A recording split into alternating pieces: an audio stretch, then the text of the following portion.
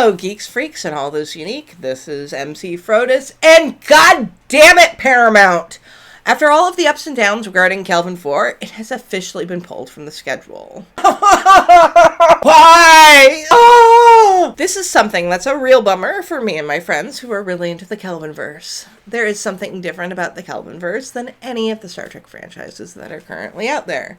There have been rumors going around that they might try to do Kelvin TNG, but the thing is, what attracts us to the Kelvinverse is specifically the characters in it.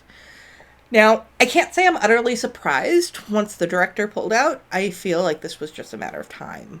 I won't reiterate everything I said in my video about that. You can check that out yourself. As someone who loves the Kelvinverse, I want to talk about where things should go from here. I really wish we could give up on all hope on them ever coming back to the big screen, but there's always a part of me that's going to hope that they can get themselves together. But since the chances of that are so very, very slim, I would like to talk about some of the things that they should do now. Let Kelvin Crossover. In the first video I talked about Kelvin 4, I specifically talked about the idea of Star Trek going a multiversal route, with tying Kelvin more to the Prime timeline. And I still think that's something that they should do. I think there are certain members of the Kelvin cast they could easily get to make an appearance in the shows. While cast members like Zoe Saldana and Chris Pine are pretty exclusively movie actors, Zachary Quinto, John Cho, and Carl Urban have all done recent television projects. It's also much easier to schedule a couple of days on a television show than it is months for a movie. Now, where in current Trek do I think members of the Kelvinverse could fit in? As I've already said, I would love for both of our current Spocks to interact, with the idea that there would be a poetry in the older version of a Kelvin Spock guiding the younger Prime Spock, when in 2009 it was the other way around. Another interaction I think could be highly emotional would be Spock appearing on Discovery, with Michael interacting with an alternate version of her brother, but not being able to see her actual brother ever again. Also, just throwing this out there, Lower Decks. How much fun would it be for Carl Urban's McCoy to interact with Jack Quaid's Boimler? Frankly, Carl Urban's McCoy being put into a comedy is just an awesome idea all around, but especially for the boys reference. Having an appearance by one or two characters from Kelvin in the Prime universe isn't the ideal situation, yes. I want a new movie, but since the odds of that are punishingly low, I'll be happy with just getting one person and allowing us an update on what's going on in the world. Which leads us to the next point. Make Kelvin books and comics again. I've talked before about the Kelvin books and comics, mostly about how awesome the Spock and Uhura stuff was. However, they had so much more going on. For 7 years following Star Trek 09, over 78 issues, IDW published an ongoing series about the adventures of the Kelvinverse Enterprise. In it, we got rebooted versions of the classic Trek episodes, better insights into the backgrounds of the main characters, and went into further details into the new adventures of the crew. When it came to novels, it was a bit more sporadic. There were 4 young adult novels published in the Starfleet Academy line, and 2 novels about the crew between 2009 and Into Darkness, The Unsettling Stars and More Beautiful Than Death. While the Starfleet Academy books were fairly formulaic, the 2 novels were on par with the comic books in their exploration of the Kelvinverse characters. We got nods to TOS elements like the Naked Time, the motion picture, and Kirk evolved as a captain, and Spock got to explore his place in the universe with Vulcan gone. The teal deer is that they came out with some good stories for the Kelvinverse in written form, but they haven't done enough. There are more books about the Mirror Universe than there are the Kelvinverse. If we're giving up on the Kelvinverse as a movie series, go on as a novel series. Star Trek did some great novels continuing from the ends of all of their series.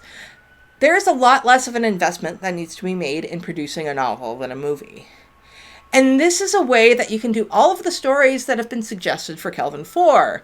Bring George Kirk back without having to work out scheduling with Chris Hemsworth. Do a grittier visit to the planet from a piece of the action. Hell, I know there have been some scripts started. Use those as an outline for a novel. If you need a writer to work on this, well, I volunteer as tribute. Not to toot my own horn, but I think I could turn out some good stories with these characters for you, and I will do it at a bargain. In light of the cancellation of Kelvin 4, the story that was in Star Trek number 400 feels especially cruel. I think both IDW and Simon & Schuster needs to step up and do something in this universe. It's just sitting there. And really, what's the point of doing stories for currently airing shows when they're just going to be contradicted a season later? Paramount should admit they fucked up. This one is never going to happen because Paramount doesn't think they did anything wrong. They used the possibility of a Kelvin movie to excite their investors, and that was entirely the point. If a movie actually got made, cool, but it still works out just fine for them. But this is such a joke amongst the Star Trek fandom. As someone who really loves the Kelvinverse, it really hurts. I've been on an emotional roller coaster since the initial announcement, and I know I'm not the only one. Maybe I should give up on the idea of the Kelvinverse ever continuing. Maybe I should content myself with fanfiction. Certainly, I've written plenty of my own, which I'm actually really happy with. But as nice as fanfiction can be, especially ones tailor-written to appeal to my id, it lacks the communal nature of a new piece of canon. There's really something to be said about being able to enjoy a work with everyone in a way that fanfiction is never going to do. I really wish we were just getting a new movie. I've really wanted one since the release of Beyond. I still stand by everything I said about the Kelvinverse. This remains the hill I will die on. There should be a fourth Kelvin movie. But if we don't get one, I'd at least like to revisit the timeline through other means, whether it be a cameo in one of the Prime Universe shows, or a series of comics or novels. Maybe both, because fuck it, I'm greedy. I don't think anything I'm suggesting is unreasonable. So comment down below with your thoughts on the cancellation of the Kelvinverse movie. If you like my videos, please subscribe to my channel. I do videos about Star Trek, Star Wars, and lots of other geeky things. And now that we are into October, I'll be starting off my Halloween celebration. If you want to support the channel, please visit my Patreon.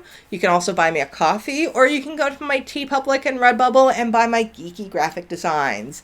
I'm available on all social media as Emcee Frodis. So until next time, live long and may the Force be with you.